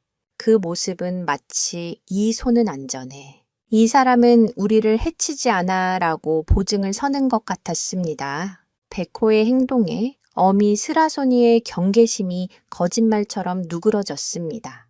그녀는 더 이상 위협적인 소리를 내지 않고 그저 민준의 다음 행동을 지켜볼 뿐이었습니다. 민준은 다시 한번 천천히 손을 뻗어 다친 새끼의 상처를 조심스럽게 살폈습니다. 새끼의 뒷다리에는 무언가에 깊게 물린 듯한 이빨 자국이 선명했고 상처는 이미 곪기 시작한 듯 뜨거운 열기가 느껴졌습니다. 이대로 두면 목숨을 잃을 수도 있는 심각한 상처였습니다. 그 상처를 보는 순간 민준의 머릿속에 흩어져 있던 퍼즐 조각들이 맞춰지기 시작했습니다. 사흘 전 베코가 눈보라 속으로 뛰쳐나갔던 이유, 그가 발견했던 격렬한 싸움의 흔적과 핏자국, 그리고 베코의 몸에 남은 상처들, 이 모든 것이 하나의 그림으로 연결되었습니다. 베코는 그날 밤 오두막을 습격하려던 무언가와 싸웠던 것이 아니었습니다. 그는 도움이 필요한 존재를 발견하고 그들을 구하기 위해 눈보라 속으로 뛰어들었던 것입니다. 그리고 그 도움이 필요한 존재는 바로 이 스라소니 가족이었습니다. 그가 발견했던 싸움의 흔적은 베코와 스라소니, 부부가 힘을 합쳐 그들의 새끼를 공격한 다른 포식자와 싸운 흔적이었습니다. 베코는 길을 잃거나 사라졌던 것이 아니었습니다. 그는 지난 사흘 동안 부상당한 이 가족의 곁을 지키며 그들을 보호하고 마침내 그들을 치료해줄 유일한 존재인 자신의 주인에게로 인도해 온 것이었습니다. 이 모든 진실을 깨닫는 순간 민주는 코끝이 찡해지는 것을 느꼈습니다. 자신의 개가 얼마나 용감하고 위대하며 자비로운 영혼을 가졌는지 새삼 깨닫게 되었습니다. 그는 단순히 주인을 지키는 충견을 넘어 종의 경계를 뛰어넘는 숭고한 생명애를 실천한 것이었습니다. 동물학계에서는 이타적 행동으로 보이는 동물의 행위들이 실제로는 유전적 동질성을 공유하는 친족을 돕거나 미래의 보상을 기대하는 호혜성 이타주의에 기반한다는 설명이 지배적입니다. 그러나 베코의 행동은 이러한 과학적 설명만으로는 온전히 이해하기 어려운 순수한 공감과 연민에서 비롯된 것처럼 보였습니다. 그는 아무런 대가도 바라지 않고 자신의 목숨을 걸고 다른 종의 약자를 구하려 했던 것입니다. 민주는 더 이상 망설이지 않았습니다. 그는 자리에서 일어나 오두막으로 들어가 구급상자를 가져왔습니다. 스라소니 가족은 그가 다시 나타날 때까지 그 자리에 꼼짝 않고 기다리고 있었습니다. 그들의 눈에는 이제 두려움 대신 희미한 기대감이 서려 있었습니다. 민주는 새끼 스라소니에게 다가가 조심스럽게 상처를 소독하고 붕대를 감아주었습니다. 새끼는 고통스러운 듯 몸부림쳤지만 어미와 아비 스라소니는 놀랍게도 그 과정을 묵묵히 지켜보기만 했습니다. 베코는 치료가 진행되는 내내 민준의 옆에 바싹 붙어 앉아 마치 수술을 집도하는 의사의 곁을 지키는 든든한 조수처럼 행동했습니다. 치료를 마친 민주는 수컷 스라소니의 옆구리에 난 상처에도 약을 발라주었습니다. 수컷은 치료 내내 으르렁거리긴 했지만 민준을 공격하지는 않았습니다. 그는 이 인간이 자신들을 돕고 있다는 사실을 분명히 이해하고 있는 듯 했습니다. 모든 응급처치가 끝나자 오두막 앞에는 기묘한 평화가 찾아왔습니다. 민주는 지친 스라소니 가족을 오두막 안으로 들일 수는 없다고 판단했습니다. 대신 그는 헛간의 문을 열어주고 그 안에 마른 짚을 두툼하게 깔아 그들이 추위와 바람을 피할 수 있는 임시 거처를 마련해 주었습니다. 그리고 남은 사슴고기 몇 점과 따뜻한 물 한 그릇을 가져다 주었습니다. 스라소니 가족은 잠시 망설였지만 이내 베코의 인도를 받아 조심스럽게 헛간으로 들어갔습니다. 그들이 안전하게 자리를 잡는 것을 확인한 후에야 베코는 민준의 곁으로 돌아와 그의 다리에 머리를 비볐습니다. 지난 사흘간의 고된 여정과 사투가 그 한 번의 몸짓에 모두 담겨 있는 듯 했습니다. 민주는 백호의 머리를 끌어안고 속삭였습니다. 잘했다, 내 아들. 정말 잘했어. 이제 진실은 밝혀졌습니다. 하지만 진짜 이야기는 이제부터 시작이었습니다. 스라소니 가족을 이토록 필사적으로 만든 위협의 정체는 아직 어둠 속에 가려져 있었습니다. 헛간에 임시 거처를 마련한 스라소니 가족과 민준, 그리고 백호 사이에는 조심스러운 동거가 시작되었습니다. 민준은 하루에도 몇 번씩 헛간을 찾아가 다친 새끼의 상처를 돌봐주고 새로운 먹이와 물을 가져다 주었습니다. 처음 며칠간 스라소니 부부는 여전히 강한 경계심을 늦추지 않았습니다. 민준이 헛간에 들어설 때마다 그들은 새끼들을 등 뒤로 숨기고 낮은 경고음을 냈습니다. 하지만 민준은 결코 서두르지 않았습니다.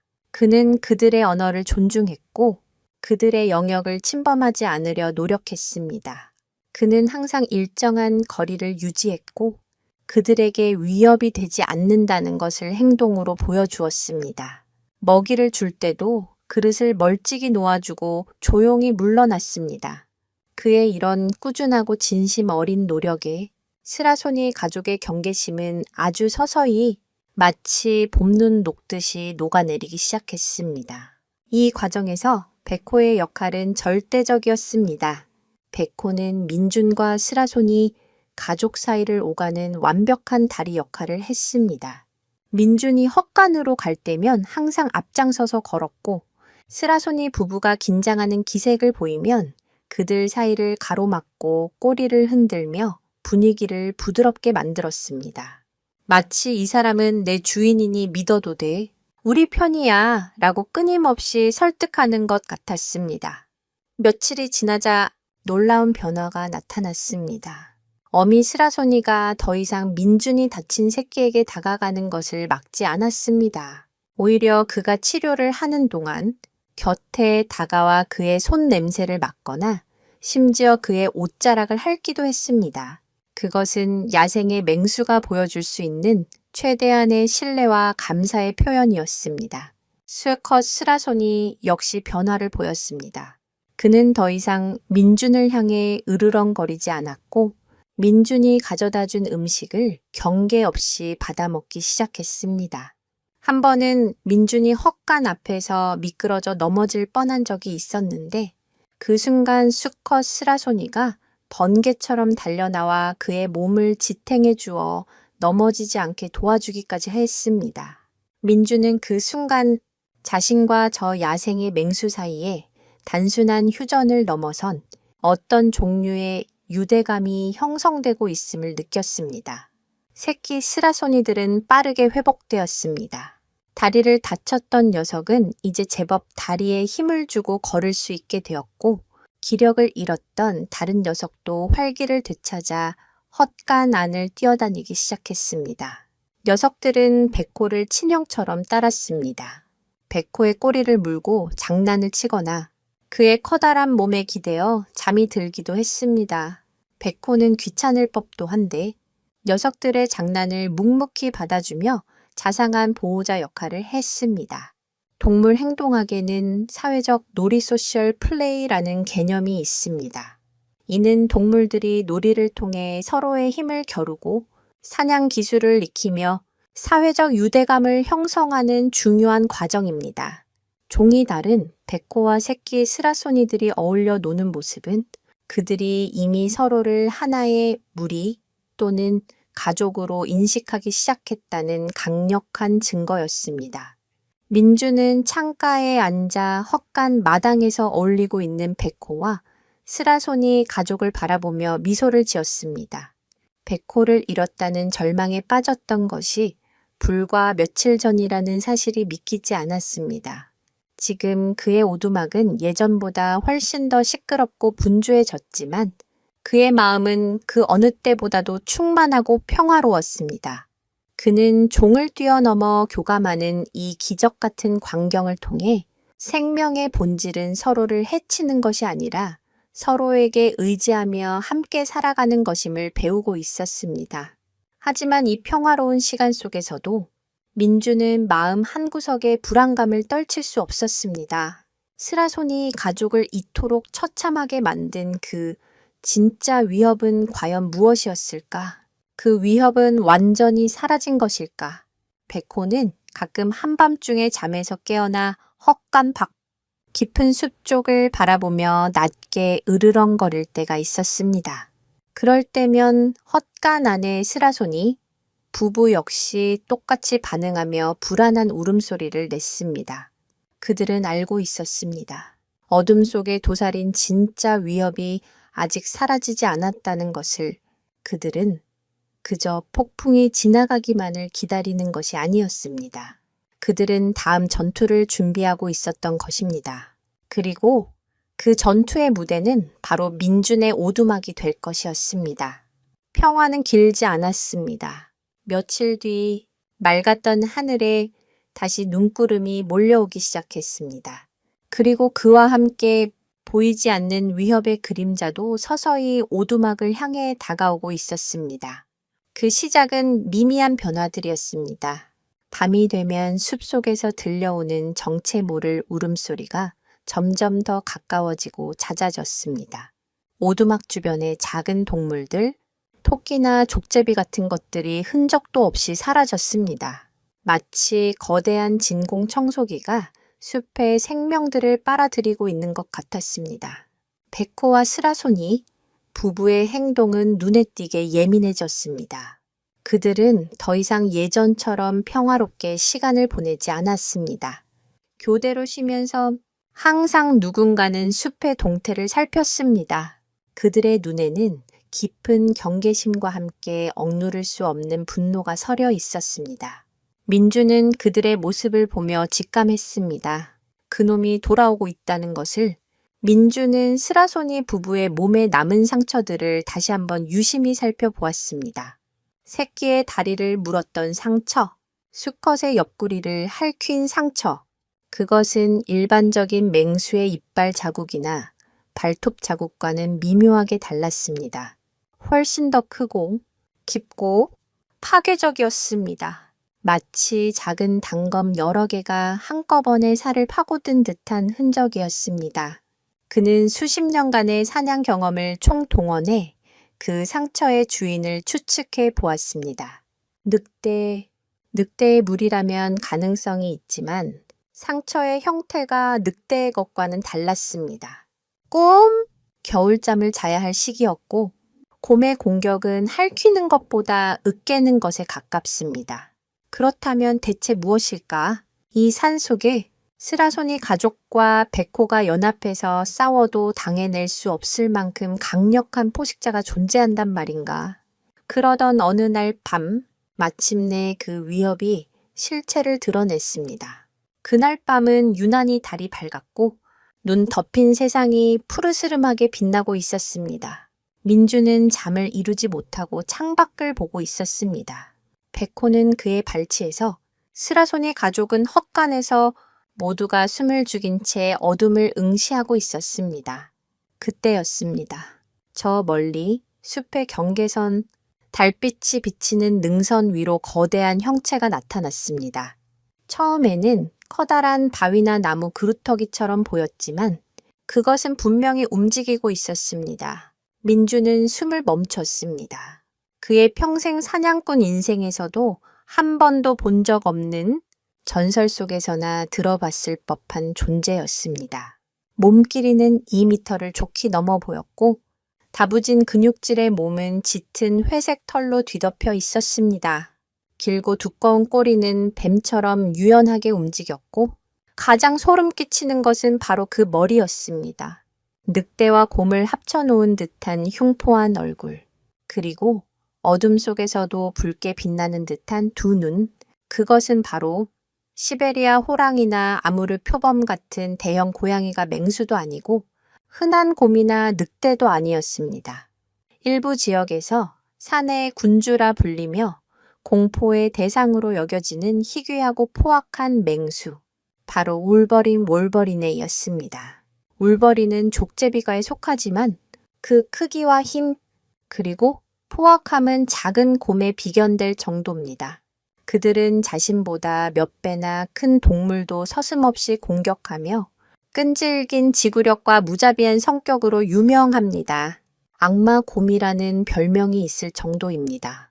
한국에서는 이미 멸종된 것으로 알려졌지만 간혹 깊은 산골에서 목격담이 들려오는 실체가 불분명한 전설 속의 동물이었습니다. 바로 그 전설이 지금 민준의 눈앞에 서 있는 것이었습니다. 이제 모든 것이 설명되었습니다. 스라소니 가족의 상처는 울버린의 강력한 턱과 발톱에 의한 것이 틀림없었습니다. 굶주린 울버린이 스라소니 새끼들을 노렸고 부모가 필사적으로 맞섰지만 역부족이었을 것입니다. 그때 베코가 나타나 그들을 도왔고 간신히 울버린을 쫓아냈지만 모두가 큰 상처를 입게 된 것이었습니다. 그리고 이제 그 악마 같은 포식자가 빼앗겼던 먹잇감을 되찾기 위해 혹은 자신의 영역을 침범한 자들을 응징하기 위해 다시 돌아온 것입니다. 울버린은 능선 위에서 잠시 오두막 쪽을 응시하더니 이내 유령처럼 소리 없이 어둠 속으로 사라졌습니다. 하지만 그것은 물러난 것이 아니었습니다. 탐색을 마친 것이었습니다. 이제 곧 본격적인 공격이 시작될 것이라는 선전포고였습니다. 오두막 안의 공기는 얼음장처럼 차갑게 식었습니다. 베코와 스라소니들은 일제히 전투 태세를 갖추었습니다. 그들의 눈에는 더 이상 두려움이 없었습니다. 오직 자신들의 가족과 자신들을 구해준 인간의 보금자리를 지켜내겠다는 결연한 의지만이 불타고 있었습니다. 민준 역시 벽에 걸어두었던 엽총을 집어들었습니다. 이것은 이제 단순히 동물들 사이의 싸움이 아니었습니다. 이 오두막을 지키기 위한 모두의 생존이 걸린 전쟁이었습니다. 어둠 속에서 진짜 위협이 마침내 이빨을 드러냈습니다. 울버린이 사라진 후 오두막 주변은 폭풍 전야의 고요함에 휩싸였습니다. 하지만 그 침묵 속에서 보이지 않는 동맹은 이미 완벽하게 작동하고 있었습니다. 언어도 종족도 다른 그들이었지만 공동의 위협 앞에서는 오직 생존이라는 하나의 목표만이 존재할 뿐이었습니다. 베코는 오두막의 현관문을, 수컷 스라소니는 헛간의 입구를, 그리고 어미 스라소니는 새끼들이 있는 헛간 안쪽을 지키며 각자의 위치를 잡았습니다. 마치 오랜 시간 함께 훈련받은 특수부대처럼 그들의 움직임에는 한치의 망설임이나 혼란도 없었습니다. 민주는 오두막 안에서 창문을 통해 밖을 살피며 그들의 방어선을 지원할 준비를 했습니다. 그의 손에 들린 엽총은 묵직한 신뢰감을 주었습니다. 시간이 얼마나 흘렀을까? 어둠과 침묵에 익숙해질 무렵 마침내 공격이 시작되었습니다. 그것은 정면 공격이 아니었습니다. 울버린은 교활하고 영리한 사냥꾼이었습니다. 스윽 하는 소리와 함께 오두막의 뒤편, 민준의 시야가 닿지 않는 사각지대에서 기습이 시작되었습니다. 녀석은 튼튼한 통나무 벽을 발톱으로 긁으며 기어오르기 시작했습니다. 지붕으로 올라가 취약한 굴뚝이나 창문을 공략하려는 속셈이었습니다. 하지만 녀석의 계획은 즉시 간파당했습니다. 베코와 스라소니들의 뛰어난 청각은 그 미세한 소리를 놓치지 않았습니다. 베코가 맹렬하게 짖으며 오두막 뒤편으로 달려갔고 수컷 스라손이 역시 그 뒤를 따랐습니다. 민주는 창문을 통해 그들의 움직임을 보고 상황을 파악했습니다. 그는 서둘러 반대편 창문으로 달려가 밖을 내다보았습니다. 달빛 아래 거대한 울버린이 이미 벽의 절반쯤을 기어오르고 있었습니다. 그 모습은 마치 악몽에서 튀어나온 괴물 같았습니다. 베코가 아래에서 울버린의 다리를 물고 늘어졌지만 울버린은 아랑곳하지 않고 그를 뿌리치며 계속해서 위로 올라갔습니다. 그때 수컷 스라소니가 놀라운 도약을 선보였습니다. 그는 옆에 있던 장작 더미를 박차고 올라 벽을 타고 오르는 울버린의 등을 덮쳤습니다. 두 맹수는 뒤엉켜 눈밭으로 굴러 떨어졌습니다. 울음소리와 비명이 뒤섞여 밤의 정적을 깨뜨렸습니다. 백호가 즉시 전투에 가세했습니다. 1대2의 싸움. 하지만 상대는 악마곰이라 불리는 울버린이었습니다. 녀석은 엄청난 힘으로 백호와 스라소니를 떨쳐내고 다시 일어섰습니다. 녀석의 눈은 분노로 붉게 타오르고 있었습니다. 이때 민준의 엽총이 불을 뿜었습니다. 탕! 하는 총성과 함께 총알이 울버린의 옆구리를 스치고 지나갔습니다. 치명상은 아니었지만 고통과 놀라움에 울버린은 잠시 주춤했습니다. 바로 그 틈을 타 백호와 스라소니가 다시 맹렬하게 달려들었습니다. 이들의 싸움은 단순한 힘겨루기가 아니었습니다. 그것은 완벽한 협력 플레이였습니다. 백호가 정면에서 울버린의 주의를 끄는 동안 스라소니는 날렵하게 뒤로 돌아가 녀석의 뒷다리를 공격했습니다.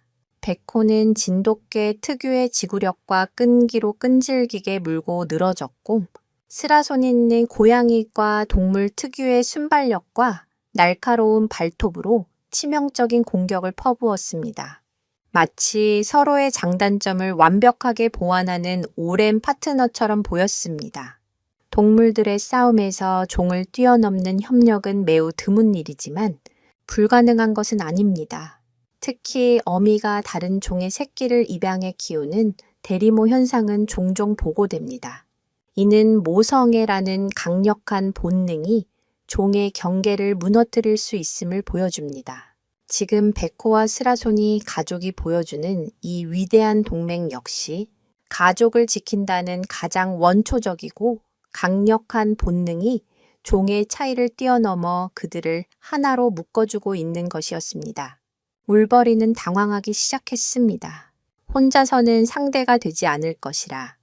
얕보았던 개 한 마리와 스라손이 한 마리, 그리고 그들을 돕는 인간의 조직적인 방역은 녀석의 예상을 뛰어넘는 것이었습니다.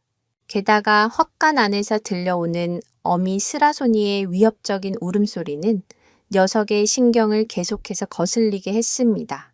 결국 울버린은 승산이 없다고 판단했는지 맹렬하게 저항하는 백호와 스라소니를 떨쳐내고는 비명 같은 포효를 한 번 내지른 뒤 어둠 속으로 몸을 숨겼습니다. 상처 입은 자존심을 되찾기 위해 더 끔찍한 복수를 다짐하며 전투는 끝났지만 누구도 승리를 자축하지 않았습니다. 백호와 수컷 스라소니는 몸 곳곳에 새로운 상처를 입었고 지쳐서 거친 숨을 몰아쉬었습니다. 민주는 급히 밖으로 나가 그들을 살폈습니다. 다행히 깊은 상처는 없어 보였습니다. 그는 그들의 머리를 쓰다듬으며 나지막이 말했습니다. 고맙다. 정말 고맙다. 너희들 모두. 그들은 알고 있었습니다. 이것은 끝이 아니라는 것을. 울버린은 결코 포기하지 않을 것입니다. 더 교활하고 더 집요하게 더 잔인한 방법으로 다시 돌아올 것입니다. 오두막을 둘러싼 눈 덮인 숲은 이제 더 이상 평화로운 자연이 아니었습니다. 언제 다시 적이 나타날지 모르는 위험한 전쟁터가 되었습니다. 인간과 개, 그리고 스라손이 이 기묘한 동맹은 과연 최후의 승리를 거둘 수 있을까요? 첫 번째 전투가 끝난 후 오두막에는 무거운 정적이 흘렀습니다. 울버린은 물러갔지만 그가 남긴 공포와 긴장감은 여전히 숲의 공기 속에 짙게 배어 있었습니다. 백호와 수컷 스라소니는 민준의 치료를 받으며 상처 입은 몸을 추슬렀고 어미 스라소니는 겁에 질린 새끼들을 품에 안고 핥아주며 안심시켰습니다. 민주는 밤새 잠을 이루지 못하고 엽총을 든 채 창밖을 지켰습니다. 그는 더 이상 이 싸움의 방관자가 아니었습니다. 백호와 스라손이 가족은 이제 그에게 있어 지켜야 할 새로운 가족이었습니다. 그는 자신의 목숨을 걸고서라도 그들을 지켜내리라 다짐했습니다. 다음 날 아침, 폭풍이 지나간 후의 고요함 속에서 민주는 놀라운 광경을 목격했습니다. 밤사이의 전투로 인해 한층 더 끈끈해진 그들의 유대를 확인할 수 있는 장면이었습니다.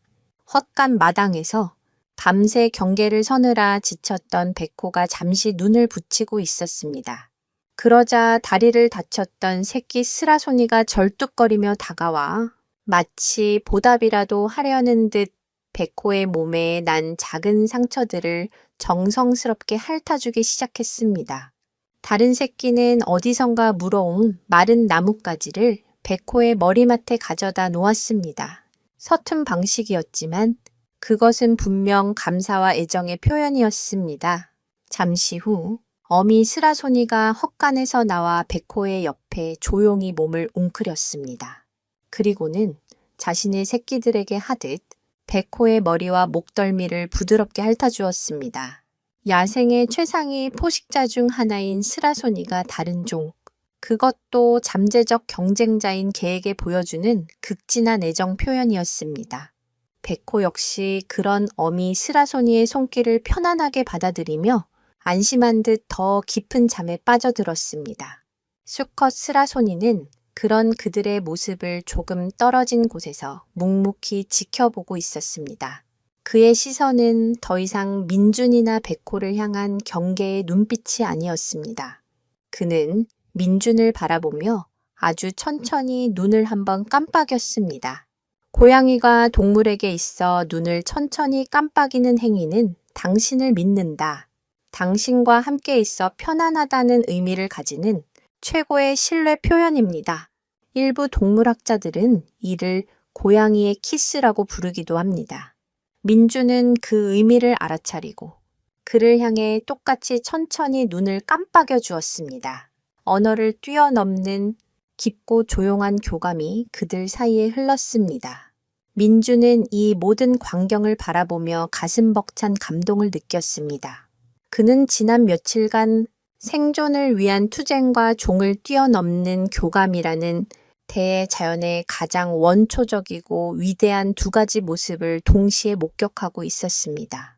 백호가 처음 스라소니 가족을 데려왔을 때만 해도 그는 이 상황을 이해할 수 없었습니다. 하지만 이제 그는 알 것 같았습니다. 백호는 단순히 그들을 구해온 것이 아니었습니다. 그는 흩어졌던 가족을 다시 하나로 이어주고 더 나아가 새로운 형태의 가족을 만들어낸 것이었습니다. 이제 민준의 오두막은 더 이상 한 노인과 개 한 마리가 사는 외로운 공간이 아니었습니다.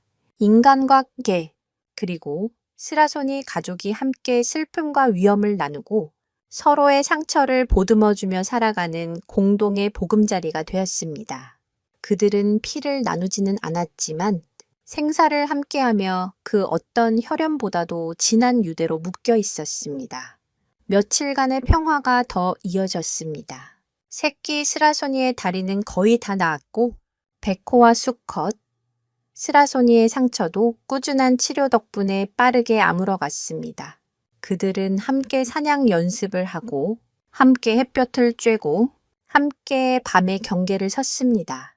마치 태초부터 하나의 무리였던 것처럼 그들의 모습은 완벽하게 조화로웠습니다. 하지만 민주는 알고 있었습니다. 이 평화는 영원할 수 없다는 것을. 스라소니 가족은 언젠가 다시 야생으로 돌아가야만 합니다. 그리고 자신을 위협했던 울버리는 아직 저 어딘가에 살아 숨 쉬고 있었습니다. 그들의 이야기는 아직 끝나지 않았습니다. 이 기적 같은 동거의 끝은 과연 어떤 모습일까요? 그들은 닥쳐올 더 큰 시련을 함께 이겨낼 수 있을까요? 폭풍이 지나간 고요한 아침 햇살 아래 민주는 다가올 미래를 생각하며 조용히 그들을 지켜보고 있었습니다. 시간이 흘러 스라소니 가족의 상처가 모두 아물고 새끼들이 스스로 사냥을 할 수 있을 만큼 성장했을 때 이별의 시간이 다가왔음을 모두가 직감했습니다. 그들은 야생의 존재였고 그들의 삶은 이 좁은 헛간이 아닌 광활한 숲속에 있었습니다. 민준과 백호는 그들의 본성을 존중해야만 했습니다. 어느 맑게 갠 아침, 스라소니 가족은 모두 헛간 문 앞에 모여 숲 쪽을 바라보고 있었습니다. 떠날 준비를 마친 것이었습니다. 어미 스라소니가 민준에게 다가와 그의 다리에 머리를 부드럽게 비볐습니다. 작별 인사였습니다. 그동안의 고마움과 미안함, 그리고 깊은 신뢰가 담긴 마지막 인사. 민준은 쭈그리고 앉아 그녀의 머리를 쓰다듬어 주었습니다. 잘 가거라. 뭐지? 조심하고. 새끼 스라소니들도 백회에게 다가가 저마다의 방식으로 아쉬움을 표현했습니다. 한 녀석은 백호의 귀를 핥아주었고 다른 녀석은 그의 앞발에 자신의 몸을 비볐습니다. 백호는 떠나는 동생들을 바라보며 슬픔을 애써 감추는 듯 꼬리를 천천히 흔들어 주었습니다. 수컷 스라소니는 무리의 가장 뒤에서 이 모든 광경을 묵묵히 지켜보다가 민준과 백호를 향해 고개를 한번 깊이 숙여 보였습니다. 그것은 야생의 왕이 보여주는 최고의 존경과 감사의 표시였습니다. 그리고 4마리의 스라소니는 마치 처음 나타났을 때처럼 소리 없이 눈밭을 걸어 숲속으로 사라졌습니다. 민준과 백호는 그들의 모습이 완전히 보이지 않을 때까지 한참을 그 자리에 서 있었습니다. 시끌벅적했던 오두막에는 다시 정적이 찾아왔습니다. 하지만 그 정적은 예전의 외로운 침묵과는 달랐습니다. 그들의 마음속에는 따뜻한 추억과 함께 종을 뛰어넘는 유대라는 소중한 경험이 가득 차 있었기 때문입니다. 이제 우리 둘뿐이구나. 백호야. 민준이 백호의 등을 쓰다듬으며 말했습니다. 백호는 대답 대신 그의 손을 한번 핥아 주었습니다. 모든 것이 제자리로 돌아온 듯 했습니다. 하지만 정말 그랬을까요? 며칠 뒤 민준은 땔감을 구하러 오두막 뒤편의 숲으로 들어갔습니다. 스라소니 가족이 떠난 후 이상하게도 울버린의 흔적은 더 이상 보이지 않았습니다. 녀석이 포기하고 다른 사냥터로 떠난 것이라 민준은 생각했습니다.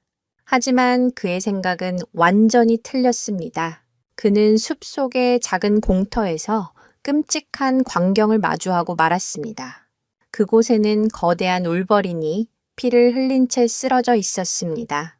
이미 숨이 끊어진 지 며칠은 지난 듯 몸은 뻣뻣하게 굳어 있었습니다. 그런데 놀라운 것은 울버린의 목과 배에 나 있는 치명상이었습니다. 그것은 백호나 스라소니의 공격으로 생긴 상처가 아니었습니다. 훨씬 더 크고 강력하며 체계적인 무언가에 의해 생긴 상처였습니다. 마치 거대한 덫에 걸렸거나 혹은 다른 포식자의 공격을 받은 듯한 흔적이었습니다. 민주는 등골이 서늘해지는 것을 느꼈습니다. 이 산의 군주라 불리던 울버린을 이토록 처참하게 죽일 수 있는 존재는 대체 무엇이란 말인가? 그는 주변을 둘러보았습니다. 그리고 마침내 그것을 발견했습니다. 눈 위에 선명하게 찍힌 거대한 발자국들. 그것은 곰이나 늑대의 발자국이 아니었습니다. 그가 아는 그 어떤 동물의 발자국과도 달랐습니다. 발자국은 하나가 아니었습니다. 여러 개가 무리를 지어 찍혀 있었습니다. 그들은 울버린을 사냥한 뒤 유유히 그 자리를 떠난 것처럼 보였습니다. 그리고 그 발자국의 방향은 민주는 숨을 멈췄습니다. 그 발자국들은 정확히 자신의 오두막을 향해 있었습니다. 그제야 민주는 깨달았습니다. 울버린은 이 산의 진짜 위협이 아니었습니다. 그는 그저 전초전에 불과했습니다.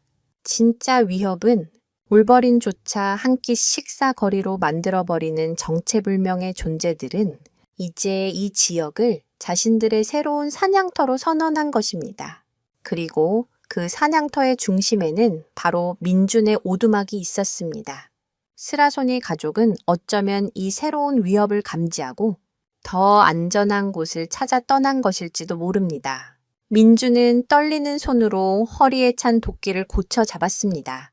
백호를 잃었다고 절망했던 시간, 스라소니 가족과 기적 같은 만남을 가졌던 시간, 울버린의 위협에 맞서 싸웠던 시간, 그 모든 것은 앞으로 닥쳐올 거대한 시련의 서막에 불과했습니다. 이제 그는 혼자서 혹은 백호와 단둘이서 상상조차 할 수 없는 미지의 적들과 맞서 싸워야만 합니다. 그의 등 뒤에서 백호가 맹렬하게 짖기 시작했습니다. 녀석 역시 감지한 것이었습니다.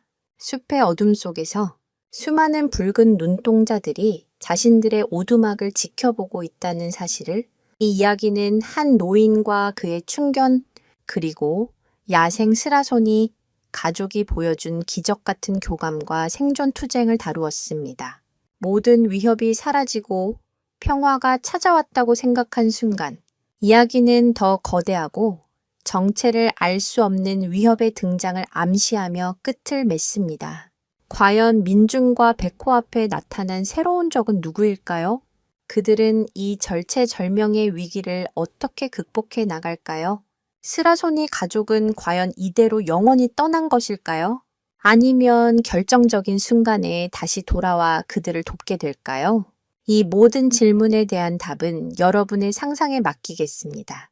때로는 이야기의 끝을 아는 것보다 그 이유를 상상하는 것이 더 큰 여운과 감동을 주기도 하니까요. 한 가지 확실한 것은 박민준 노인과 그의 위대한 진돗가의 백호의 유대는 그 어떤 시련 앞에서도 결코 꺾이지 않을 것이라는 사실입니다. 그들의 용기와 사랑은 혹독한 겨울의 대자연 속에서 피어난 가장 뜨겁고 위대한 불꽃이었습니다.